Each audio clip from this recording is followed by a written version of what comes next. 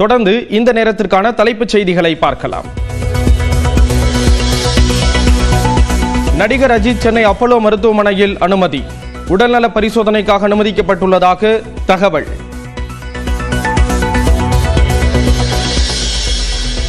நெல்லை மாநகரின் பல்வேறு இடங்களில் மிதமான மழை. வெப்பம் தணிந்ததால் மக்கள் மகிழ்ச்சி.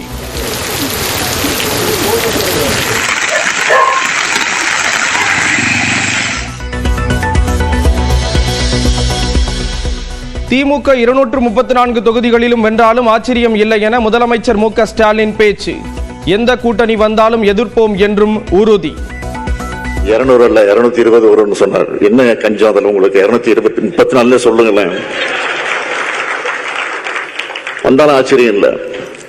நம்ம எதிர்க்கக்கூடியவர்கள் எந்த நிலையில் வந்தாலும் சரி, எப்படிப்பட்ட கூட்டணி வச்சுக்கிட்டு வந்தாலும் சரி, ஒரு கை பார்ப்போம் என்ற உணர்வோடு தான் இன்றைக்கு நாம் நம்முடைய கடமை ஆற்றிக் கொண்டிருக்கிறோம். தமிழ்நாடு மின்னணு உதிரி பாகங்கள் உற்பத்திக்கான சிறப்பு திட்டத்தை வெளியிட்டார் முதலமைச்சர் மு க ஸ்டாலின். 30,000 கோடி ரூபாய் முதலீடு மூலம் 60,000 பேருக்கு வேலைவாய்ப்பு கிடைக்கும் என அரசு நம்பிக்கை. வைகோவுக்கு மாநிலங்களவை சீட் கிடைத்தாலும் இல்லாவிட்டாலும் திமுக கூட்டணி தொடரும். திருச்சி எம்பி துரை வைகோ உறுதி. எது இருந்தாலுமே பொறுத்தவரைக்கும் தலைவருக்கு ராஜ்யசபா கிடைக்குதோ இல்லையோ, நாங்க ஏற்கனவே எடுத்த முடிவு தான். 8 ஆண்டுகளுக்கு முன்னாடி எடுத்த முடிவு என்ன முடிவுனா, மதவாத சக்திகள் தமிழ்நாட்டில் வேரூன்ற கூடாதுங்கிறதுக்காண்டி தான் நாங்க இந்த கூட்டணியில் சேர்ந்தோம். அந்த நிலைப்பாட்டில் நாங்க உறுதியா இருக்கிறோம். சோ ராஜ்யசபா வருதோ வரலையோ கிடையாது, இந்த கூட்டணியில் நாங்கள் தொடர்வோம். தேமுதிக இளைஞரணி செயலாளராக நியமிக்கப்பட்ட விஜய பிரபாகருக்கு விஜயகாந்தின் மோதிரத்தை அளித்த பிரேமலதா. பொருளாளராக நியமிக்கப்பட்டார் எல்.கே. சுதீஷ்.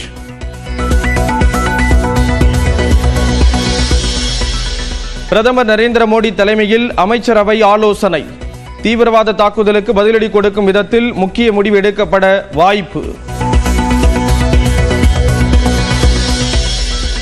காஷ்மீரில் தீவிரவாதிகள் தாக்குதலை தொடர்ந்து தேசிய பாதுகாப்பு ஆலோசனை குழுவை மாற்றி அமைத்தது மத்திய அரசு. குழுவின் தலைவராக ரா அமைப்பின் முன்னாள் தலைவர் அலோக் ஜோஷி நியமனம். காலக்கெடு முடிந்தும் தங்கியுள்ள பாகிஸ்தானியர்களை வெளியேற்றுவது தொடர்பாக தமிழ்நாடு உள்துறை செயலாளர் தீரஜ்குமார் ஆலோசனை. காவல்துறை அதிகாரிகள் பங்கேற்பு. சேலம் பெரியார் பல்கலைக்கழக முறைகேடு தொடர்பாக துணைவேந்தர் ஜெகநாதன் ஆஜர். லஞ்ச ஒழிப்பு துறையினர் 2 மணி நேரம் விசாரணை. தமிழ்நாட்டில் பின்தங்கிய 15 வட மாவட்டங்களில் வளர்ச்சிக்கான திட்டங்கள் இல்லை என பாமக தலைவர் அன்புமணி ராமதாஸ் குற்றச்சாட்டு. டாஸ்மாக் மதுபான விற்பனை மட்டும் முதலிடத்தில் இருப்பதாக கருத்து.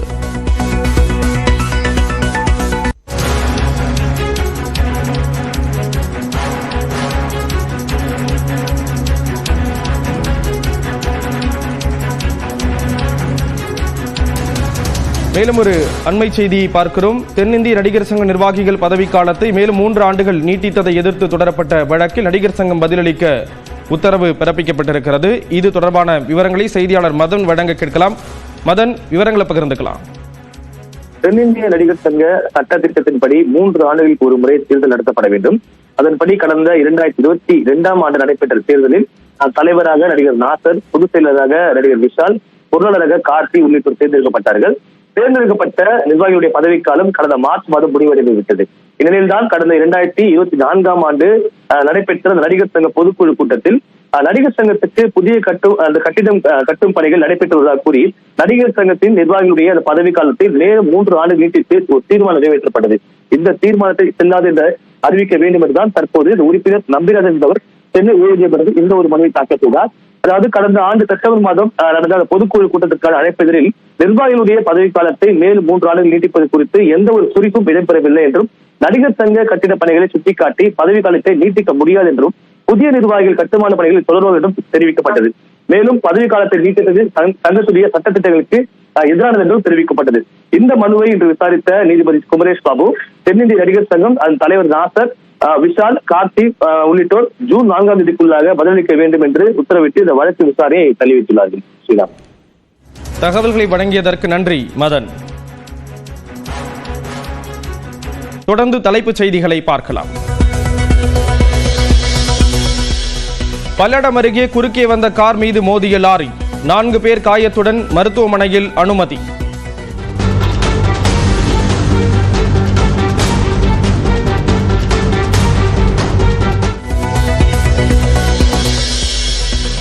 கார் பார்க்கிங் தகராறு தொடர்பான நடிகர் தர்ஷன் மீதான வழக்கு ரத்து.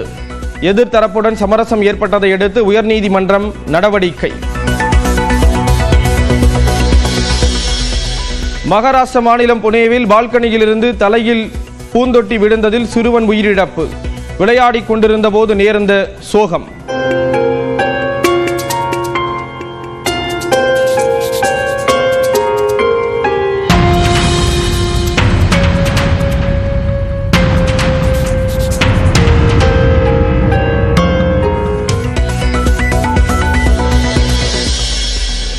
பெங்களூருவில் பைக்கில் அதிவேகமாக சென்ற இளைஞர்கள் பேருந்தில் அடிபடுவதில் இருந்து நூலிழையில் உயிர் தப்பிய காட்சி.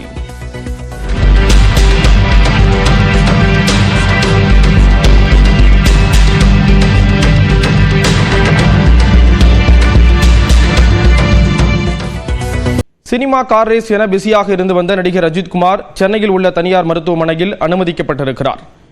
கலை உலக சேவையை பாராட்டி நடிகர் அஜித்குமாருக்கு இந்திய அரசின் உயரிய விருதான பத்மபூஷன் விருது நேற்று வழங்கப்பட்டது. குடியரசுத் தலைவர் திரௌபதி முர்மு அவருக்கான விருதை வழங்கி கௌரவித்தார். இதைத் தொடர்ந்து அஜித்குமார் அவரது குடும்பத்தினருடன் டெல்லியிலிருந்து சென்னை திரும்பினார். இந்த நிலையில் சென்னை கிரீம் சாலையில் உள்ள தனியார் மருத்துவமனையில் அஜித்குமார் அனுமதிக்கப்பட்டுள்ளார். அங்கு அவருக்கு உடல்நல பரிசோதனை நடைபெற்று வருவதாக கூறப்படுகிறது.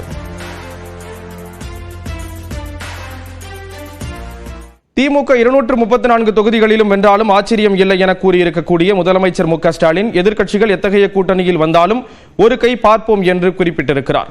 சென்னை அண்ணா அறிவாலயத்தில் மயிலாப்பூர் சட்டமன்ற உறுப்பினர் த வேலுவின் இல்ல திருமண விழா நடைபெற்றது. இதில் கலந்து கொண்டு பேசிய முதலமைச்சர் மு க ஸ்டாலின் எதிர்வரும் சட்டமன்ற தேர்தலில் திமுக 234 தொகுதிகளில் வென்றாலும் ஆச்சரியம் இல்லை என்று கூறினார். 200 அல்ல 220 வரும்னு சொன்னார். என்ன கஞ்சம் அதில் உங்களுக்கு 234 சொல்லுங்களேன்.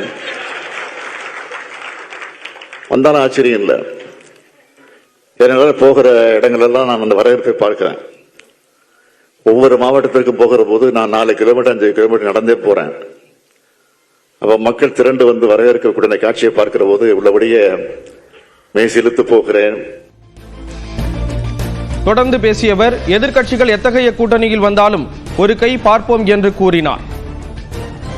நம்ம எதிர்க்கக்கூடியவர்கள் எந்த நிலையில் வந்தாலும் சரி, எப்படிப்பட்ட கூட்டணி வச்சுக்கிட்டு வந்தாலும் சரி, ஒரு கை பார்ப்போம் என்ற உணர்வோடு தான் இன்றைக்கு நாம் நம்முடைய கடமை ஆற்றிக் கொண்டிருக்கிறோம்.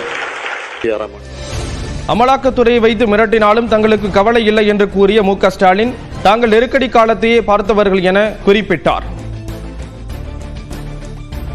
காஷ்மீரின் பெஹல்காம் தாக்குதல் தொடர்பாக பிரதமர் மோடி தலைமையில் அடுத்தடுத்து 4 முக்கிய ஆலோசனை கூட்டங்கள் நடைபெற்றதால் முக்கிய முடிவுகள் எடுக்கப்பட வாய்ப்பு இருப்பதாக தகவல் வெளியாகியிருக்கிறது. ஜம்மு காஷ்மீரில் உள்ள பெஹல்காம் பகுதியில் கடந்த 28ஆம் தேதி நடைபெற்ற பயங்கரவாத தாக்குதலில் 26 பேர் உயிரிழந்தனர். இந்நிலையில் டெல்லியில் பிரதமர் மோடி தலைமையில் பாதுகாப்பிற்கான மத்திய அமைச்சரவை கூட்டம் நடைபெற்றது.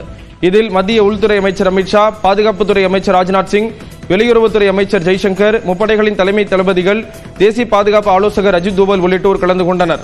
இதனைத் தொடர்ந்து பிரதமர் மோடி தலைமையில் நடைபெற்ற பொருளாதார விவகாரங்களுக்கான மத்திய அமைச்சரவை கூட்டத்தில் நிதியமைச்சர் நிர்மலா சீதாராமன், வர்த்தகத்துறை அமைச்சர் பியூஷ் கோயல் உள்ளிட்டோர் பங்கேற்றனர். இக்கூட்டத்தில் பாகிஸ்தானுக்கான மின்னணு பொருட்கள் ஏற்றுமதி தடை, வர்த்தக தடை ஆகியவை குறித்து ஆலோசிக்கப்பட்டதாக கூறப்படுகிறது. பின்னர் நடைபெற்ற அரசியல் நடவடிக்கைகளுக்கான அமைச்சரவை கூட்டத்தில் நாடாளுமன்ற சிறப்பு கூட்டம் நடத்துவது குறித்து முடிவெடுக்கப்பட்டுள்ளதாக தகவல் வெளியாகியுள்ளது. இதனையடுத்து பிரதமர் மோடி தலைமையில் மத்திய அமைச்சரவை கூட்டம் நடைபெற்ற நிலையில் தேசிய பாதுகாப்பு தொடர்பான முக்கிய முடிவுகள் எடுக்கப்பட்டு இருக்கலாம் என எதிர்பார்க்கப்படுகிறது.